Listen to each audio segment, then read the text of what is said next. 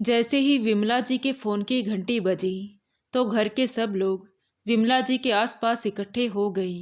सबके चेहरों पर चमक थी। वो जानती थी कि सभी कोई ना कोई फरमाइश करने के लिए फोन के पास आए हैं, क्योंकि हमेशा से ऐसा ही तो होता आया था। राम किशन जी जब से कनाडा गए थे तब से जब भी वो फ़ोन करते तो फरमाइशों की एक लंबी लिस्ट उन्हें थमा दी जाती थी। सोचते हुए विमला जी ने मुस्कुराकर कॉल रिसीव किया तो दूसरी ओर से राम किशन जी ने सबके हालचाल पूछे और फिर बोले कि मैं इंडिया वापस आ रहा हूँ। राम किशन जी के इतना कहते ही सबको साफ सूंघ गया। कुछ देर पहले चमकने वाले सबके चेहरे एकदम से मुरझा से गए थे। क्यों माँ, पापा अच्छी भली नौकरी छोड़कर वापस क्यों आ रहे हैं? आपको तो पता है इंडिया के हालात, यहाँ पर तो मरते दम तक कमाई करनी पड़ती है, बड़े बेटे ने घबराते हुए कहा। तो बेटे की बात सुनकर दूसरी ओर राम किशन जी कुछ पल के लिए खामोश से हो गई। फिर हिम्मत करते हुए बोले कि बस अब मुझसे परदेश में और नहीं रहा जाता। कनाडा आए हुए मुझे पूरे 20 साल हो चुके हैं। अब मैं वापस अपने बच्चों के बीच आना चाहता हूँ। तुम लोग भी तो मुझे बहुत प्यार करते होंगे, बस इसीलिए मैं चाहता हूँ कि अपनी बाकी की बची हुई जिंदगी अपने बच्चों के साथ व्यतीत करूँ। राम किशन जी ने प्यार भरे स्वर में कहा, लेकिन सबको जैसे सांप सूंघ गया हूँ। कुछ देर पहले जो बेटे बहू आसपास जमा हो रहे थे वो सब धीरे धीरे तितर बितर होने लगे। विमला जी ने एक गहरी सांस ली और राम किशन जी से उनका हालचाल पूछने लगी। कुछ देर बाद राम किशन जी ने उन्हें अपने आने की तारीख बताकर फ़ोन रख दिया। विमला जी फ़ोन हाथ में लिए खामोश बैठी रही। बेटों के बदलते चेहरे उनकी नज़रों से छुपे नहीं थे। उन्हें वो दिन याद आ रहा था जब 20 साल पहले राम किशन जी नौकरी की तलाश में इधर उधर भटकते थे। 25 वर्ष की उम्र में 3 बच्चे, बूढ़े माता पिता का बोझ, ये सब कुछ उनकी दिन रात की परेशानी थी। इंडिया में उन्हें कोई ऐसा रोजगार नहीं मिला जिससे वो अपने परिवार को पाल सकते। थक हार कर उन्होंने कनाडा जाने का फैसला कर लिया। कनाडा में उन्हें अच्छी नौकरी भी मिल गई, लेकिन दोबारा पलटकर उन्हें कभी इंडिया आना नसीब ना हुआ। बस वहीं से पैसे भेजते रहे। विमला जी ने तन मन से यहाँ उनके माता पिता की सेवा की और अपने बच्चों को पढ़ाया लिखाया। बच्चे भी अच्छी नौकरी लग गए। जब उनकी शादी का समय आया तो भी राम किशन जी ने खुद आने के बजाय काफ़ी रुपए वहाँ से बच्चों के लिए भेज दिए ताकि उनके आने पर नौकरी का नुकसान ना हो। धीरे धीरे समय बीतता गया।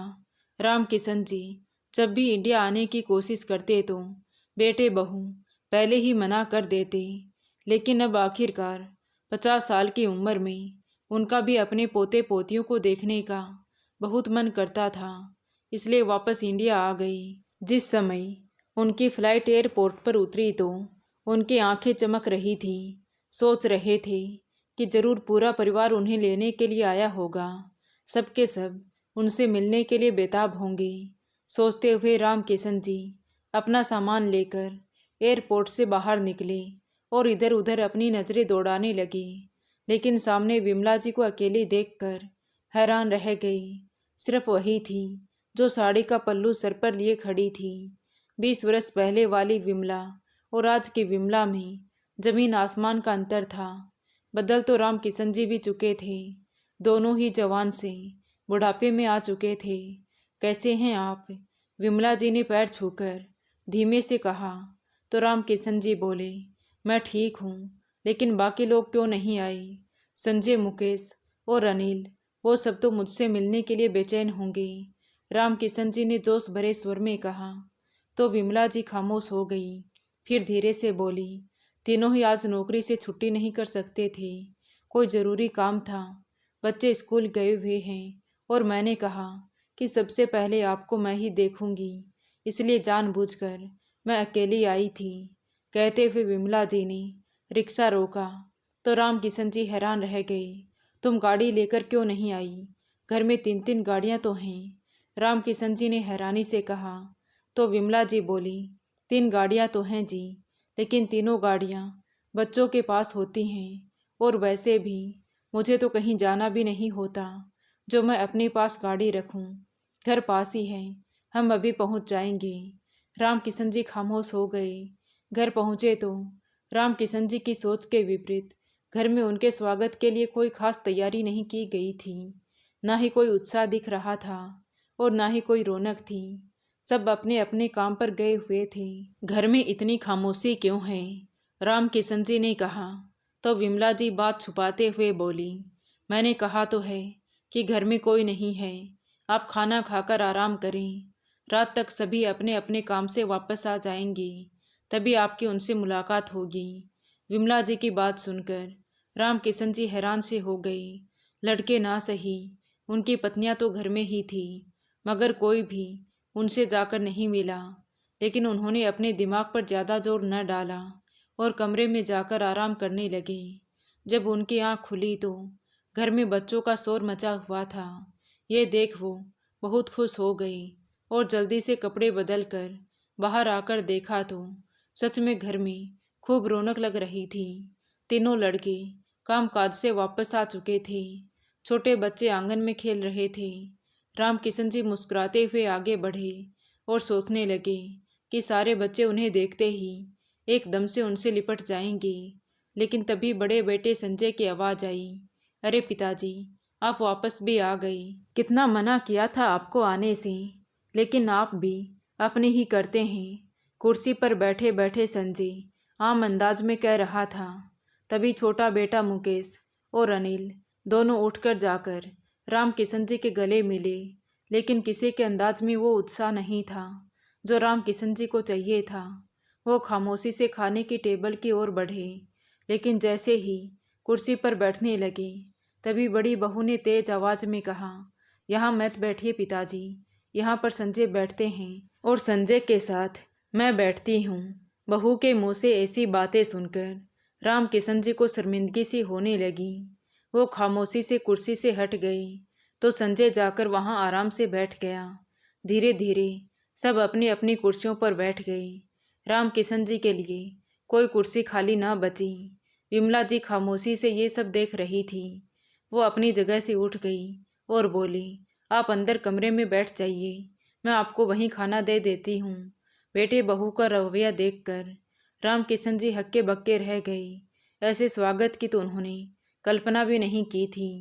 उन्होंने हैरानी से अपने बच्चों की ओर देखा, लेकिन कोई भी उनकी तरफ ध्यान नहीं दे रहा था। सभी अपनी अपनी पत्नियों के साथ बात करने में व्यस्त थे। विमला जी ने उनका हाथ थामा और बोली, यहाँ खड़े रहने का कोई फायदा नहीं है जी, आप अंदर बैठ जाइए। कहते हुए वो उन्हें लेकर कमरे की ओर बढ़ गई। तभी राम किशन जी ने ध्यान दिया कि विमला जी के भी टेबल से उठ जाने पर किसी को कोई फर्क नहीं पड़ा। उनका दिल सूखे पत्ते की तरह मुरझा सा गया। कमरे में जाते ही उन्होंने विमला जी से कहा, क्या बच्चे मेरे आने से खुश नहीं हैं? तो विमला जी चुप सी हो गई। फिर उन्हें सांत्वना देते हुए बोली, दरअसल बच्चे चाहते थे कि आप अभी कुछ समय और कनाडा में गुजार लें। मुकेश कारोबार करना चाहता था, उसके लिए उसे रुपये चाहिए थे। संजय को भी एक नया प्लॉट खरीदना था, उसके लिए उसे भी पैसे चाहिए थे। इसीलिए आपके जल्दी वापस आने से वो थोड़े मायूस हो गए हैं। विमला जी बात को जितना हल्का बनाकर उनके सामने रख सकती थी उन्होंने किया, मगर राम किशन जी का दिल संतुष्ट नहीं हो रहा था। उन्होंने कहा, विमला, मैंने जिंदगी भर पैसे ही तो कमाए हैं, अब मेरा भी दिल करता है कि मैं अपनी बाकी की ज़िंदगी तुम सबके साथ गुजारूं। विमला जी भी खामोश बैठी रही। कुछ देर बाद जब राम किशन जी का दिल थोड़ा हल्का हुआ तो विमला जी ने कहा, मैं आपके लिए खाना लाती हूँ, आपने सुबह भी कुछ नहीं खाया था। वो कमरे से बाहर आई तो डाइनिंग टेबल खाली पड़ी थी। सब लोग खाना खाकर उठ चुके थे, सिर्फ बड़ी बहू बर्तन समेट रही थी। उसे देख विमला जी ने कहा, बेटा, अपने पिताजी के लिए खाना तो निकाल दो। तो बड़ी बहू एकदम से चौंकते हुए बोली, अरे, खाना तो बचा ही नहीं, सारी रोटियां भी ख़त्म हो गई हैं और सब्जी भी। चावल तो आज बच्चों ने ही ख़त्म कर डाले थे। इसलिए माँ जी, आप ऐसा करें, पिताजी को बाहर से कुछ मंगवा दे। अपने अंदाज में बोलकर बहू बर्तन समेटकर अपने कमरे में चली गई। विमला जी सोचने लगी कि अगर वो ये बात अंदर जाकर राम किशन जी को बताएगी तो वो और भी ज़्यादा टूट जाएंगी। उन्होंने सोचा, छोटे बेटे से कह देती हूँ, वो बाहर से खाना मंगवा देगा। सोचते हुए विमला जी धीरे धीरे चलती हुई छोटे बेटे अनिल के कमरे के पास आई और जैसे उन्होंने दरवाज़ा खोलने के लिए हाथ आगे बढ़ाया तो अंदर से अनिल की आवाज़ आ रही थी, यार अब मैं क्या कर सकता हूँ। अगर पिताजी वापस आ गए हैं तो मजबूरी है, बर्दाश्त कर लो। मैं तो खुद उनकी हरकत से तंग हूँ। इतने साल उनके बगैर ही जिंदगी गुजारी है।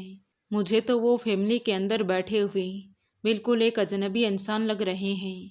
बताया भी था उन्हें कि मुझे प्लॉट लेना है, लेकिन मजाल है कि उनके कान पर जूं तक रेंगी हो।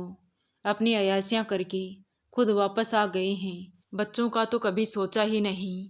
बेटे की बात सुनकर विमला जी हैरान रह गई। यहाँ तो सभी उनके और राम किशन जी के खिलाफ हो गए थे। वो अब क्या कर सकती थी। खामोशी से अपने कमरे में चली आई। राम किशन जी जो खाने के इंतजार में बैठे थे, विमला जी को खाली हाथ आते देखकर अंदर तक टूट गई। वो मैं आपके पास आकर बैठ गई थी तो खाना खत्म हो गया। आप ऐसा करो, यहाँ पास में एक होटल है, वहाँ से अपने और मेरे लिए खाना ले आओ। विमला जी ने शर्मिंदा होते हुए कहा तो राम किशन जी के दिल पर जैसे बोझ सा पड़ गया हो। वो खामोशी से उठे और पैसे लेकर घर से बाहर निकल गई। गलियों का तो उन्हें कुछ पता ही नहीं था, लेकिन 2-3 गलियां मुड़ने के बाद उन्हें होटल मिल गया। वहाँ से खाने के नाम पर उन्हें पतली सी दाल और मोटी मोटी रोटियां मिली जो वो घर ले आई। वो रोटी ना तो राम किशन जी से खाई गई और ना ही विमला जी से। दोनों ने बड़ी मुश्किल से खाना खाया और खामोशी से सो गई। दिन इसी तरह गुजरने लगे। घर में किसी को राम किशन जी के वापस आने पर कोई खुशी नहीं हुई थी। इस बात का राम किशन जी को भी अच्छी तरह एहसास हो रहा था।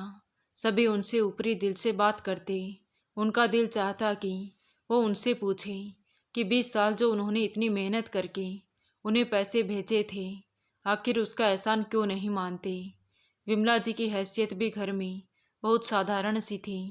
दिल चाहता तो उन्हें खाना दे दिया जाता, वरना वो दोनों भूखे ही रहते। एक दिन दोनों पति पत्नी बैठे बैठे टीवी पर न्यूज़ देख रहे थे। संजय भी उनसे कुछ दूरी पर बैठा लैपटॉप पर अपना काम कर रहा था। तभी मुकेश अंदर आया और बोला, अरे संजय भाई, अपने सामने वालों की कोठी देखी क्या? कितनी शानदार बन गई है। पूरा मार्बल लगवाया उन्होंने। कहते हुए मुकेश संजय के बराबर में बैठ गया तो संजय भी मुस्कुराते हुए बोला, हाँ मेरा भी बहुत दिल था कि हमारा भी घर ऐसा ही शानदार हो, लेकिन न जाने हमारे पिताजी को क्या सूझी कि मुंह उठाकर इंडिया वापस आ गई। ये नहीं कि कुछ साल और वहाँ रुककर कुछ पैसे भेज देते तो हम अपने रहने के लिए अच्छा सा घर बना सकते थे। संजय ने अपने पिताजी की ओर देखते हुए कठोरता से कहा तो राम किशन जी धीरे से बोले, बेटा मैंने इतने साल तो वहाँ पर काम किया, अब मेरी बूढ़ी हड्डियों में इतना दम नहीं था कि मैं कनाडा में और काम करता। और वैसे भी तुम सब अपनी नौकरियों वाले हो, अच्छे खासे पैसे कमा रहे हो, फिर मेरे काम करने की क्या ज़रूरत है। राम किशन जी का इतना कहना हुआ कि उनके बड़े बेटे संजय ने खींचते हुए कहा, अब आप हमारी कमाई पर तो नज़र मत रखिएगा। इंडिया में मिलता ही क्या है, आपको अच्छी तरह पता था।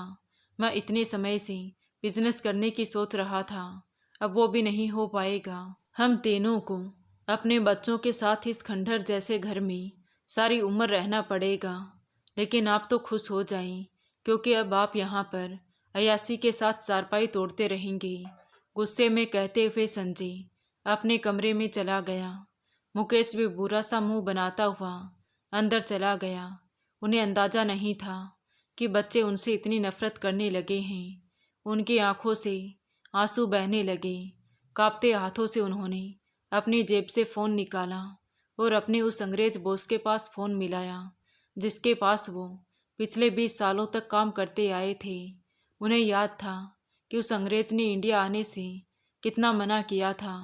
उसने दबे शब्दों में कहा भी था कि जब बच्चों को बाप की कमाई से प्यार हो जाए तो उन्हें बाप किसी काम का नहीं लगता।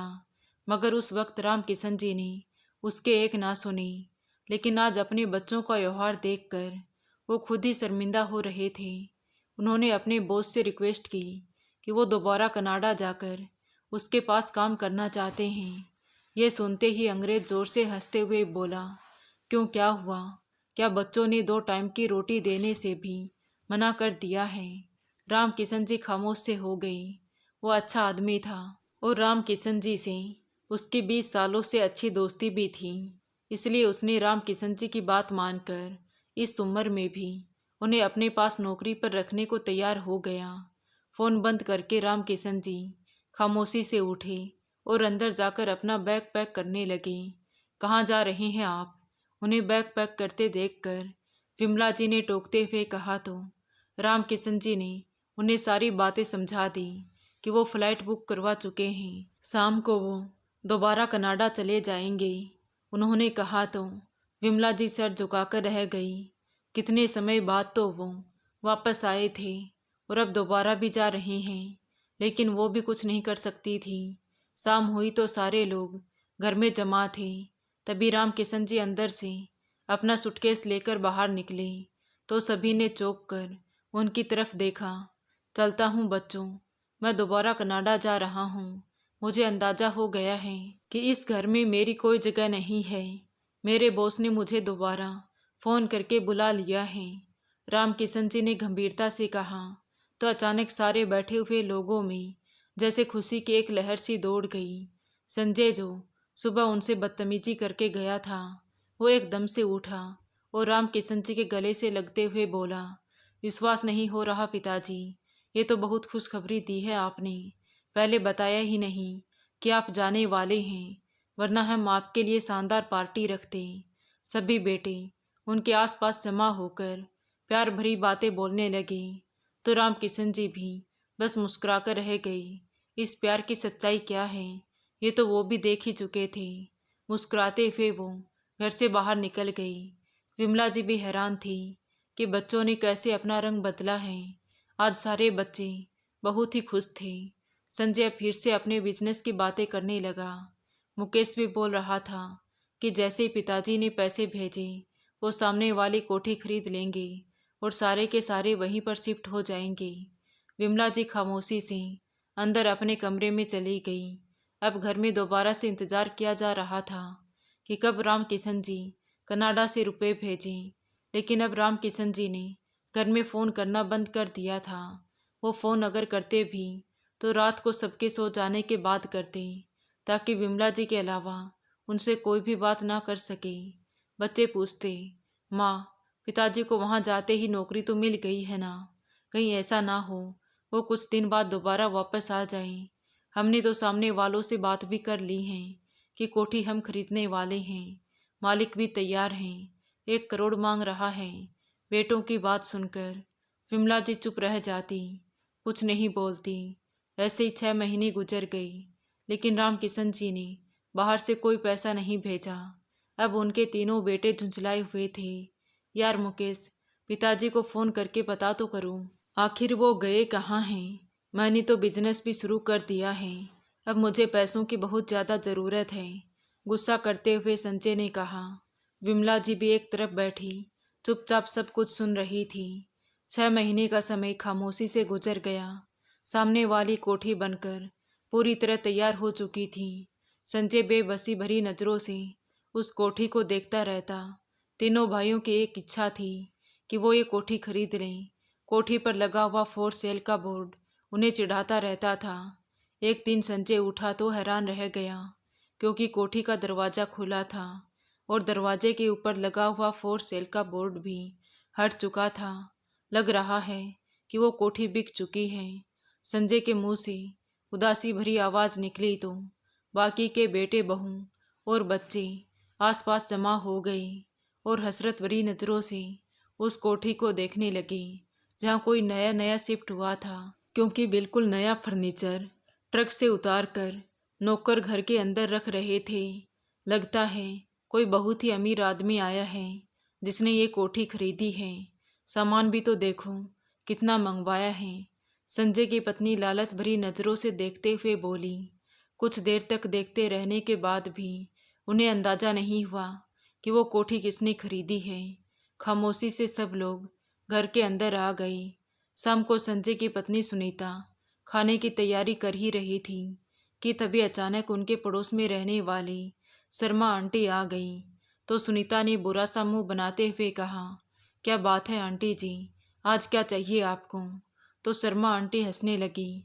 अरे नहीं भाई, मुझे अब तुम्हारे पास आने की क्या ज़रूरत है। मैं तो विमला जी से मिलने आई थी। विमला सामने वाले घर में शिफ्ट हो गई है, तो मैं तो सिर्फ ये पूछने आई थी कि तुम लोग उनके साथ क्यों नहीं गए। शर्मा आंटी की बात सुनकर सुनीता एकदम से चौंक उठी और बोली, क्या कहा आपने? माँ जी कहाँ गई है? कौन से सामने वाले घर में शिफ्ट हो गई? वो तो यहीं।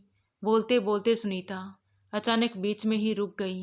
तभी उसे ख्याल आया कि सुबह से विमला जी घर में कहीं दिखाई भी नहीं दी। उनका अस्तित्व इस तरह फालतू था कि किसी को कुछ फर्क ही नहीं पड़ा कि वो सुबह से कमरे से बाहर निकली भी है या नहीं। अरे लो, तुम उनकी बहू हो, तुम्हें पता ही नहीं। सुबह ही तो विमला जी ने ये सामने वाली कोठी खरीद कर अपने नाम की है और इतना अच्छा फर्नीचर मंगवा कर अंदर सेट करवाया है। बिल्कुल राजाओं जैसा घर लग रहा है। आज शाम उन्होंने पूरे मोहल्ले को दावत पर बुलाया है। भाई राम किशन जी के दोबारा कनाडा जाने से तो ठीक ठाक दौलत आ गई है, इसीलिए तो उन्होंने इतना बड़ा घर खरीद लिया है। शर्मा आंटी खुशी से चहकते हुए कह रही थी और सुनीता के ऊपर तो जैसे कोई आसमान ही टूट पड़ा हो। सभी धीरे धीरे करके शर्मा आंटी के आसपास जमा हो गई। मुकेश ने भागकर माँ के कमरे में देखा तो वहाँ विमला जी नहीं थी। लो, तुम में से तो किसी को खबर ही नहीं। भगवान ऐसी औलाद किसी को ना दे। शर्मा आंटी मुंह बनाते हुए घर से बाहर निकल गई। सबने लपक कर दरवाज़ा खोलकर बाहर झाँक कर देखा तो सच में सामने वाली कोठी के बाहर हलवाई खाना बना रहे थे। माँ ने ये कोठी कब खरीदी, ये सोचकर ही तीनों भाई हैरान हो रहे थे। उन्हें कुछ समझ नहीं आ रहा था। जल्दी तैयार हो जाओ, जब सारा मोहल्ला कोठी में जा रहा है तो आखिर वो हमारी माँ की कोठी है, तो अब हम भी वहीं उनके साथ रहेंगे। शायद माँ ने हमें सरप्राइज देने के लिए ये सब कुछ किया है। अचानक से संजय ने खुशी भरे अंदाज में कहा तो सबके चेहरे पर खुशी की लहर दौड़ गई। सब फटाफट अपने अपने कमरों में तैयार होने चले गए। बाहर निकले तो कोठी किसी दुल्हन की तरह सज चुकी थी। चलो चलो, अब हम इस पुराने मकान में नहीं रहेंगे। हम तो माँ पिताजी को ऐसे ही समझते थे, लेकिन माँ ने हमें कितना बड़ा सरप्राइज दिया है, संजय ने खुशी से कहा। और सब लोग उस कोठी की ओर चल दिए। अंदर जाकर देखा तो विमला जी महंगी साड़ी पहने एक बड़े से सोफे पर बैठी हुई थी। मोहल्ले के सब लोग अपनी मर्जी से खाना निकाल कर खा रहे थे।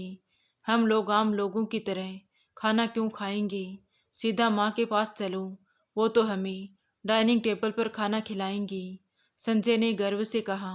और सब लोगों के बीच में से रास्ता बनाते हुए सीधे विमला जी के सामने जाकर खड़े हो गए। माँ, आपने हमें इतना बड़ा सरप्राइज दिया कि खुशी के मारे हमें यकीन ही नहीं हो रहा। ये कोठी खरीदने की तो हमारी बरसों पुरानी इच्छा थी। आपने तो हमारी ये इच्छा भी पूरी कर दी। तीनों भाइयों ने एक साथ कहा तो विमला जी धीरे से मुस्कुराई और बोली, तुम लोगों को कोई गलतफहमी हुई है। ये कोठी मैंने नहीं खरीदी, बल्कि इसके असली मालिक तो वो हैं। विमला जी ने एक और इशारा किया। तीनों बेटों ने चौंक कर देखा तो सामने ही महंगे कपड़ों में राम किशन जी चले आ रहे थे। उनके चेहरे पर बड़ी सी मुस्कुराहट थी। मोहल्ले के सारे लोग उनसे बड़े सम्मान के साथ मिल रहे थे। पिताजी, अरे ये कब वापस आ गई और उन्होंने ये कोठी कैसे खरीदी? संजय के मुंह से निकला। तब तक राम किशन जी भी धीरे धीरे चलते हुए उनके पास आ गए। तो तीनों भाइयों ने उनके गले लगते हुए कहा, धन्यवाद पिताजी, अपने कनाडा वापस जाकर दोबारा हमारे लिए इतने पैसे कमाए ताकि आप हमारे लिए ये कोठी खरीद सकें। मुझे पता था कि आप ये सब जरूर करेंगे, मुकेश ने कहा। तो राम किशन जी मुस्कुराते हुए बोले, नहीं बेटा, बिल्कुल नहीं। ये घर तो मैंने अपने और विमला के लिए खरीदा है। जिस तरह तुम्हारे घर में मेरे और विमला के लिए कोई जगह नहीं थी, हमारे लिए खाना भी नहीं बचता था, बिल्कुल उसी तरह मेरी इस कोठी में तुम लोगों के लिए कोई जगह नहीं है। मोहल्ले के सभी लोग यहाँ पर आए हैं और खाना खा रहे हैं। तुम लोग भी उनके साथ खाना खाकर वापस अपने घर चले जाओ। इससे ज़्यादा रुकने की यहाँ पर तुम्हें कोई ज़रूरत नहीं है। ये सुनते ही तीनों भाइयों पर तो जैसे आसमान ही टूट पड़ा हो। वो कुछ बोलते उससे पहले ही लोगों ने उन्हें धक्का देते हुए एक तरफ कर दिया। सब लोग खाना खाकर विदा हो गए, लेकिन वो तीनों भाई अपनी बीवी और बच्चों के साथ अभी भी एक तरफ कोने में खड़े थे। तभी नौकरों ने आकर उन्हें पीछे हटाते हुए कहा, अगर आप लोगों को खाना खाना है तो सामने खाना रखा है, खा लीजिए, नहीं तो मालकिन और साहब के सोने का समय हो गया है, घर को बंद करना है। नौकरों की बात सुनकर तीनों भाई अपना सा मुंह लेकर घर वापस आ गए। अब तीनों लड़के सिवाय पछताने के और कुछ नहीं कर सकते थे, क्योंकि उन्होंने खुद अपने हाथों से अपने पैरों पर कुल्हाड़ी मारी थी। इसलिए अब अपनी उस मामूली सी नौकरी से अपना घर खर्चा चलाते हुए तीनों भाई उसी पुराने मकान में रहने लगे। धीरे धीरे करके घर खर्चे बढ़े तो घर खर्च चलाना भी बहुत मुश्किल हो गया। ये क्या यार, आज फिर तूने दाल बना दी? पिछले 2 दिन से दाल ही तो खा रही हैं, संजय ने मुंह बनाते हुए कहा। तो सुनीता बोली, आपकी सैलरी ख़त्म हुए तो 15 दिन गुजर चुके हैं। ये तो मुकेश भाई ने थोड़े से पैसे दिए थे जिससे घर चल रहा है, ऐसे में अब रोज़ दाल ही खानी पड़ेगी। तीनों भाई परेशान सूरत लिए बैठे। जैसे तैसे करके वो पतली दाल खाने ही लगे थे कि तभी डोर बेल बजी। तो अनिल झुंझलाता हुआ उठा और जाकर दरवाज़ा खोला तो सामने एक छोटा सा बच्चा ट्रे हाथ में लिए खड़ा था। अंकल, सामने वाली आंटी ने आपके लिए खाना भेजा है। ये सुन अनिल ने हैरानी से देखा तो सड़क के दूसरे किनारे खुले दरवाजे पर विमला जी खड़ी थी। जैसे उन्होंने अनिल को ट्रे पकड़े देखा, वो फौरन से अंदर चली गई। अनिल को भी एक झटका सा लगा कि माँ बाप ने तो उनसे कब का रिश्ता तोड़ लिया था, तो फिर आज ये खाना कैसे भेज दिया। वो हैरत से ट्रे लेकर अंदर चला आया जहाँ सब लोग बैठे हुए थे। माँ ने तो ये खाना भेजा है। ये सुनते ही सबके चेहरे पर खुशी दौड़ गई, क्योंकि ट्रे में कई तरह की डिशेस रखी थी। बिरयानी, कढ़ाई पनीर, सलाद और रायता और मीठा। यूँ लगता था जैसे विमला जी ने किसी दावत के लिए खास बनवाया हो। अनिल की आंखों से आंसू बहने लगे। उसने कहा, माँ का दिल नरम हो गया है, चलो सब उनसे माफ़ी मांगते हैं। जल्दी जल्दी ट्रे में रखा खाना खाकर वो सभी विमला जी के घर के सामने आ खड़े हुए। सबकी हालत ऐसी थी जैसे गरीब भिखारी हों। थोड़ी देर के बाद दरवाज़ा खुला तो तीनों भाई लपक कर घर के अंदर पहुंच गए। सबके कदमों में तेजी आ गई। विमला जी ने भी उन्हें आते हुए देख लिया था। उन्होंने अपने हाथ में ली हुई फ़ोटो खामोशी से दाईं ओर रख दी। तीनों भाई जाते ही माँ के पैरों से लिपट गए। माँ, हमें माफ़ कर दो, हमसे बहुत बड़ी गलती हो गई है। हमने आप दोनों का ख्याल नहीं किया, लेकिन भगवान के लिए हमारे हाल पर दया करें। हम अब आप दोनों के बगैर नहीं रह सकते हैं। तीनों भाई गिड़गिड़ाए जा रहे थे। बच्चों की ऐसी हालत देखकर विमला जी की आंखों से आंसू बहने लगे। वो भी माँ थी, बच्चों के बगैर इतने समय से किस तरह रह रही थी, ये तो उनका दिल ही जानता था। नाती पोते भी दादी दादी करते हुए उनसे लिपट गई। अपने बच्चों को तो शायद वो माफ़ नहीं करती, लेकिन पोते और पोतियों की शक्ल देखते ही वो सब कुछ भूल गई। मैं कुछ नहीं कर सकती बेटा, इस घर में तुम लोग उस समय तक नहीं रह सकते हो जब तक तुम्हारे पिताजी तुम्हें माफ़ नहीं कर दे और वो तुम लोगों के बारे में कुछ नहीं सुनते। विमला जी ने बेबस होकर कहा। तो ठीक उसी समय दरवाजे के बाहर गाड़ी रुकने की आवाज़ आई। रोते हुए संजय ने अपनी आंखें साफ की। मुकेश और अनिल भी उठ खड़े हुए। खुले दरवाजे से राम किशन जी अंदर आ रहे थे। सफ़ेद रंग के सूट में उनका व्यक्तित्व बहुत रौबदार लग रहा था। तीनों बेटे अपने आप एक कदम पीछे हट गए, क्योंकि राम किशन जी के चेहरे पर गुस्सा साफ झलक रहा था। इन तीनों की यहाँ आने की हिम्मत कैसे हुई? राम किशन जी गुस्से से बोले, लेकिन उनकी आवाज़ दुख के मारे लड़खड़ा रही थी।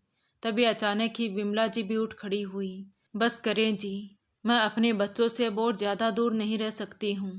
भगवान ने आपको इतनी दौलत दी है, अगर आपने कनाडा में कुछ समय परेशानी में गुजारा तो आज उसका फल भी मिल चुका है। अब अपने बच्चों पर दया करें, उनके घर में खाने को भी कुछ नहीं होता। इन सब की हालत देखो, समय से पहले बूढ़े दिखने लगे हैं मेरे बच्चे। अब मेरे घर के दरवाजे मेरे बच्चों पर बंद ना करें। कहते कहते विमला जी का गला भर आया। राम किशन जी जैसे खामोश से हो गई। तभी संजय ने इशारा किया और तीनों भाई लपक कर पिता के पैरों में जा गिरे। पिताजी, हम तब तक आपके पैरों को नहीं छोड़ेंगे जब तक आप हमें माफ़ नहीं कर देते, मुकेश गिड़गिड़ाते हुए बोला। राम किशन जी कुछ पल तो अपने आप पर काबू पाने की कोशिश करते रहे, मगर ये सच था कि एक बाप को भी अपने बच्चों से उतना ही प्यार होता है जितना कि एक माँ को। उन्होंने कांपते हाथों से अपने तीनों बेटों को उठाया और अपने गले से लगा लिया। यह देख तीनों भाइयों के चेहरे खुशी के मारे खिल उठे। जाओ अपना सामान उठाकर ले आओ, अब तुम लोगों को गरीबी में जीने की कोई ज़रूरत नहीं है। राम किशन जी की आवाज़ सुनकर यूं लगा जैसे उन्होंने किसी मुर्दा शरीर में जान डाल दी हो। तीनों भाई अगले आधे घंटे में ही अपने घर से सारा जरूरी सामान उठाकर ले आई। विमला जी के घर का माहौल तो हैरान कर देने वाला था। राम किशन जी ने तीनों बेटों को नौकरियां छोड़ने को तो नहीं कहा था, मगर वो खुद तो जैसे तैयार बैठे थे। उन्होंने अगले ही दिन अपना अपना इस्तीफा जमा किया और सुबह सुबह उठकर तैयार हो गई। जब राम किशन जी अपने कमरे से ऑफिस जाने के लिए बाहर निकले तो तीनों बच्चे तैयार सामने ही खड़े थे। राम किशन जी को फौरन समझ आ गया कि बच्चे उनके साथ कारोबार में हिस्सा लेना चाहते हैं। उन्होंने ठंडी सांस ली और नाश्ता करने के लिए बैठ गई। पिताजी, आप ऐसा कीजिए, फाइनेंस का काम मेरे हिस्से में डाल दें। मुझे वैसे भी बड़ा अनुभव है फाइनेंस के कामों को देखने का, संजय ने मुस्कुराते हुए कहा। तो राम किशन जी भी मुस्कुरा दिए। ठीक है, मैं वैसे भी अब बूढ़ा हो चुका हूँ, सारी जिम्मेदारी अकेले नहीं उठा सकता, मगर याद रखना कि फैक्ट्री के लेन देन के कामों में ज़रा ध्यान रखना, कहीं पर 1 रुपये की भी गड़बड़ हुई तो सारा हिसाब खराब हो जाएगा। संजय ने सर हिला दिया। उस दिन वो तीनों ही राम किशन जी के साथ काम पर चले गए। विमला जी की बहुएं सास के दिए हुए पैसों से खूब सारी शॉपिंग करके ले आई और अब अपनी अलमारी में लटके हुए ब्रांडेड कपड़ों को हैरत से देख रही थी। संजय की पत्नी खूब तैयार होकर अपने कमरे से निकली तो विमला जी ने कहा, बहू जरा मुझे 1 कप चाय तो बना दो। तो बड़ी बहू ने एक नज़र अपने सूट और ताज़ा लगी हुई नेल पेंट को देखा। अब मैं इनके लिए किचन में जाकर चाय बनाऊं, मेरी सारी तैयारी खराब हो जाएगी, उसने मन ही मन सोचा, मगर सास से फिलहाल बिगाड़ भी नहीं सकती थी। माँ जी अभी बनाकर लाती हूँ, और मुस्कुराती हुई किचन में चली गई। सामने ही काम वाली किचन की सफाई कर रही थी। सारे काम छोड़ो, पहले माँ जी के लिए चाय बनाओ, उसने काम वाली को आदेश दिया और सर पर खड़ी रही। चाय बनवाकर उसने उसी के साथ चाय विमला जी के लिए भेज दी। दिन खामोशी से गुजरने लगे। एक दिन नाश्ते की टेबल पर राम किशन जी कुछ परेशान से थे। क्या हुआ जी, आप नाश्ता नहीं कर रहे? विमला जी ने पूछा तो राम किशन जी चिंतित होते हुए बोले, पता नहीं विमला, कुछ समझ नहीं आ रहा, अकाउंट में लगातार गड़बड़ हो रही है, बड़े बड़े अमाउंट न जाने कहाँ चले जाते हैं। लेन देन के काम में पहले तो कभी इस तरह की दिक्कत नहीं हुई थी जैसी अब हो रही है। विमला जी चुप सी हो गई। कुछ देर बाद वो ऑफिस चले गई, लेकिन थोड़ी ही देर के बाद ऑफिस से फ़ोन आ गया जिसने सबको हिलाकर रख दिया था। राम किशन जी को हार्ट अटैक आया है। उनका एक बड़ा ऑर्डर कैंसिल हुआ था, जिस कारण उन्हें बहुत सदमा लगा। विमला जी के हाथ से मोबाइल छूटकर नीचे जा गिरा। संजय संजय, उन्होंने चिल्लाकर आवाज़ दी। संजय अंदर कमरे में अपनी पत्नी के हाथों में सोने के कंगन पहना रहा था। क्या हुआ माँ?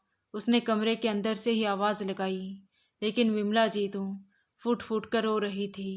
नौकर दौड़कर संजय के पास आई। ऑफिस से फ़ोन आया था, आपके पिताजी को हार्ट अटैक आया है। खबर ऐसी थी कि संजय थोड़ा घबरा सा गया। वो जल्दी से बाहर निकल आया, मगर पीछे उसकी पत्नी सुनीता ने जल्दी से संजय की दी हुई नोटों की मोटी मोटी घड़ियाँ अलमारी में छुपा दी। दोनों छोटे बेटे भी उठकर बाहर आ गए। अरे माँ, आप रोना धोना बंद करो, हम अभी जा रहे हैं ना, देखते हैं पिताजी को क्या हुआ है, मुकेश ने झुंझलाते भरे अंदाज में कहा। विमला जी एकदम चुप हो गई। तभी बड़ी बहू बाहर निकल कर आई और मुंह बनाते हुए बोली, अभी पिताजी मरे नहीं हैं जो आप इस तरह से आंसू बहा रही हैं। बहू के मुंह से ऐसी बातें सुनकर विमला जी हैरान रह गई।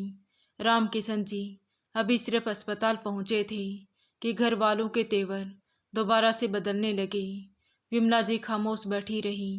रात का अंधेरा फैला तो गाड़ी रुकने की आवाज़ आई तो विमला जी दौड़कर बाहर आई। तीनों भाई वापस आ गए थे और खुशी खुशी एक दूसरे से बातें कर रहे थे। क्या हुआ बेटा, तुम्हारे पिताजी ठीक तो हैं? विमला जी ने चिंतित स्वर में पूछा। अरे नहीं माँ, अस्पताल में इतना टाइम कहाँ रह जाता है। पिताजी की तबीयत को संभलने में काफ़ी टाइम लग जाएगा। आप चिंता ना करें, अंदर जाकर सो जाएं। मैं अस्पताल के एक लड़के को पैसे देकर आ गया हूँ। अगर कोई काम हुआ तो वो मुझे बुला लेगा। मुझे तो अब वहाँ के बिस्तरों पर नींद ही नहीं आती। कहते हुए संजय अंदर चला गया। छोटे बेटे भी अपने हाथों में मोबाइल थामे अपने अपने कमरों में चले गए। थोड़ी ही देर के बाद मुकेश बाहर निकला तो उसकी पत्नी भी उसके साथ थी। दोनों ही खूब तैयार हुए थे। कहाँ जा रहे हो बेटा? अपने पिताजी को देखने जा रहे हो तो मुझे भी साथ ले चलो, विमला जी ने चिंतित होकर कहा। तो मुकेश झुंझलाते हुए बोला, माँ और भी काम है दुनिया में। अपनी पत्नी को आइसक्रीम खिलाने के लिए लेकर जा रहा हूँ, उसकी तबीयत ठीक नहीं है। पिताजी को देखने आप सुबह चली जाइएगा, चिढ़कर कहते हुए वो दोनों बाहर निकल गई। विमला जी का दिल चाहा कि फूट फूट कर रो दे। बच्चों के ये तेवर उन्हें बहुत कुछ समझा रहे थे। वो बस भगवान से यही प्रार्थना कर रही थी कि राम किशन जी को कुछ ना हो। अगले दिन राम किशन जी को होश तो आ गया, मगर उन्हें एक लंबे समय तक आराम करने को कहा गया। ऑफिस के कामों से दूर रहने के लिए कहा गया। वो खुद ही इतना कमज़ोर हो गई कि बेड से नीचे पैर भी नहीं रख सकते थे। तीनों बेटे उन्हें अस्पताल लेने भी नहीं गए। ऑफिस का कोई बहाना बनाकर तीनों ने आने से मना कर दिया तो विमला जी ने नौकरों को भेजकर राम किशन जी को घर बुलवाया। पूरा दिन गुजर गया, शाम होने लगी, लेकिन राम किशन जी के कमरे में कोई उनका हालचाल पूछने के लिए नहीं आया। बाहर से हंसी मजाक और शोर की आवाज़ आ रही थी। सिर्फ नौकर ही थे जो खाने पीने और कोई काम पूछने के लिए राम किशन जी के कमरे में आ रहे थे। ये देख राम किशन जी की आंखें भीगने लगी। 2 दिन इसी तरह गुजर गए। अगले दिन विमला जी उनके पास से उठी तो राम किशन जी इशारे से पानी मांग रहे थे। उन्होंने कमरे के दरवाजे पर खड़े होकर आवाज़ लगाई, राम किशन जी के लिए पानी ले आओ। काम वाली तक उनकी आवाज़ पहुंच गई थी। वो पानी भरकर कमरे की ओर जाने लगी। तभी अंदर से बड़ी बहू चिल्लाते हुए आई और बोली, क्या तुम हर समय पानी और खाना कमरे के अंदर पहुंचाती रहती हो? तुम्हें और कोई काम नहीं है क्या? तुमसे कहा तो था मेरी सहेलियां खाने पर आ रही हैं, पहले उनके लिए खाने की व्यवस्था करो। बुढ़िया को पानी लेना होगा तो खुद आकर ले लेगी। बड़ी बहू के टोकने पर नौकरानी शर्मिंदा से होकर वापस किचन की ओर मुड़ गई। घर की सारी जिम्मेदारी अब बड़ी बहू के हाथ में थी। नौकरों को सैलरी भी वही दिया करती, इसलिए आदेश भी उसी का ही चलता था। बहू की बात सुनकर विमला जी भी हक्की बक्की रह गई। तो ये सब कुछ सिर्फ इसलिए था बेटे और बहू उनके पास शर्मिंदगी के कारण नहीं आए थे, बल्कि उन्हें ये दौलत और राजपाट चाहिए था जो उनके माँ बाप के पास था। राम किशन जी बार बार पानी मांग रहे थे। विमला जी घबराकर कमरे से बाहर निकली और पानी का गिलास भरकर ले आई। तभी संजय कमरे के अंदर आया। उसके साथ काले रंग का कोट पहने एक वकील भी था। संजय उससे कोई बात कर रहा था। वकील साहब, ज़्यादा समय नहीं लगना चाहिए, जल्दी पेपर्स पर साइन करवाएं। मेरे बहुत से काम सिर्फ इस कारण फंसे हुए हैं, ये फैक्ट्री कानूनी तौर पर मेरे नाम नहीं है। संजय कहते हुए अंदर आया और अपने पिता से बोला, पिताजी अब आप थोड़ा ठीक हो गए हैं, आपको कुछ पेपर्स पर साइन करने हैं। संजय ने कहा तो रामकिशन जी एकदम से चौंक गए। किस तरह के पेपर पर साइन करने हैं? उन्होंने वकील के हाथ में फाइल देखते हुए कहा। तो संजय ने एकदम अपना सर उठाया और गुस्से से बोला, अब आप बिस्तर पर पड़े हैं, मौत आपसे सिर्फ कुछ कदम की दूरी पर है और आपको ये पड़ी है कि मैं आपसे किस पेपर पर साइन करवा रहा हूँ। छोड़ क्यों नहीं देते हैं अभी इस दुनिया की चाहत और मोह माया को? क्या चिता पर इस प्रॉपर्टी को अपने साथ लेकर जाओगे? जल्दी से इन पेपर्स पर साइन करें ताकि ये फैक्ट्री मेरे नाम हो जाए और मैं इसको ठीक तरीके से चलाऊं। न जाने आपने कैसे कैसे लोगों को भर्ती करके फैक्ट्री का नुकसान करवा रखा है। ऊपर से आप न जाने लाखों रुपए हर महीने भिखारियों के लिए क्यों भेज देते हैं। ठेका ले रखा है हमने उन अनाथों को पालने का। मैं आपकी बेवकूफ़ियाँ और बर्दाश्त नहीं कर सकता, इसलिए आप चुपचाप इन पेपर्स पर साइन करें और हमारी जान छोड़ें। संजय की बात सुनकर रामकिशन जी के हलक से कोई आवाज़ ना निकली, मगर विमला जी को बहुत गुस्सा आया। ये तुम किस तरह से बात कर रहे हो अपने पिताजी से? देख नहीं रहे कि वो पहले ही कितना बीमार हैं और तुम्हें ये फैक्ट्री अपने नाम करवानी है? क्या तुम भूल गए हो कि ये फैक्ट्री सिर्फ इनकी है, तुम लोगों में से किसी की नहीं? इतना सुनते ही संजय गुस्से से बोला, तो फिर ठीक है, मैं फैक्ट्री जाना छोड़ देता हूँ। मुकेश और अनिल से भी कह दूंगा कि वो भी कोई फैक्ट्री ना जाएं। फिर मैं देखता हूँ कि पिताजी किस तरह उस फैक्ट्री को चलाते हैं। ये तो बिस्तर पर पड़े रहते हैं। आप जाकर बैठ जाइएगा फैक्ट्री में। 2 टाइम की रोटी के लाले ना पड़ गई तो मेरा नाम बदल देना। संजय ने गुस्से से कहा तो विमला जी दंग रह गई। रामकिशन जी ने हाथ उठाकर मना कर दिया। इस वकील को कहूँ यहाँ से चले जाए, मेरा अपना वकील है। आज शाम में मैं उसे बुला लूँगा, जो पेपर साइन करवाने हैं उसके सामने होंगे। ये सुन संजय के चेहरे पर खुशी फैल गई।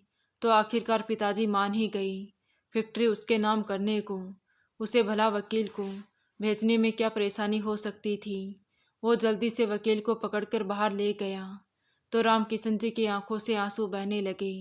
विमला जी भी खामोश सी हो गई। शायद उन्होंने बच्चों को वापस बुलाकर गलती कर दी थी। शाम हुई तो वकील घर के अंदर आया। अरे अरे वकील साहब जल्दी से आइए, आपने बड़ा इंतजार करवाया है। संजय लपक कर आगे बढ़ा, लेकिन वकील गंभीरता से रामकिशन जी के कमरे की ओर बढ़ता चला गया। वकील साहब, ये रहे पेपर्स, मैंने पहले ही बनवा लिए हैं, आप इन्हें देख लें। जहाँ जहाँ पिताजी के साइन करवाने हैं आप करवा दीजिए। संजय ने अपने हाथ में ली हुई फाइल बड़ी खुशी से वकील की ओर बढ़ाई। तो वकील ने कहा, किसी पेपर्स की कोई ज़रूरत नहीं है, रामकिशन जी ने पहले ही सारे पेपर्स बनवा रखे हैं। आज उन्होंने मुझे यहाँ बुलवाया ही सिर्फ इसीलिए है कि मैं वो सारी चीज़ आपके सामने रख सकूं। वकील साहब ने कठोर लहजे में कहा। तो संजय समेत सारे लोग उठ खड़े हुए। क्या पिताजी ने पहले सब चीज़ें हमारे नाम कर दी? मेरे नाम पर क्या किया है? मुझे तो ये घर चाहिए। शुरू से ही मुझे ये कोठी बहुत पसंद है। संजय ने खुशी से चहकते हुए कहा। तो मुकेश बोला, अरे ऐसे कैसे, ये कोठी तुम ले लोगे, हमारा भी हिस्सा है इस घर में।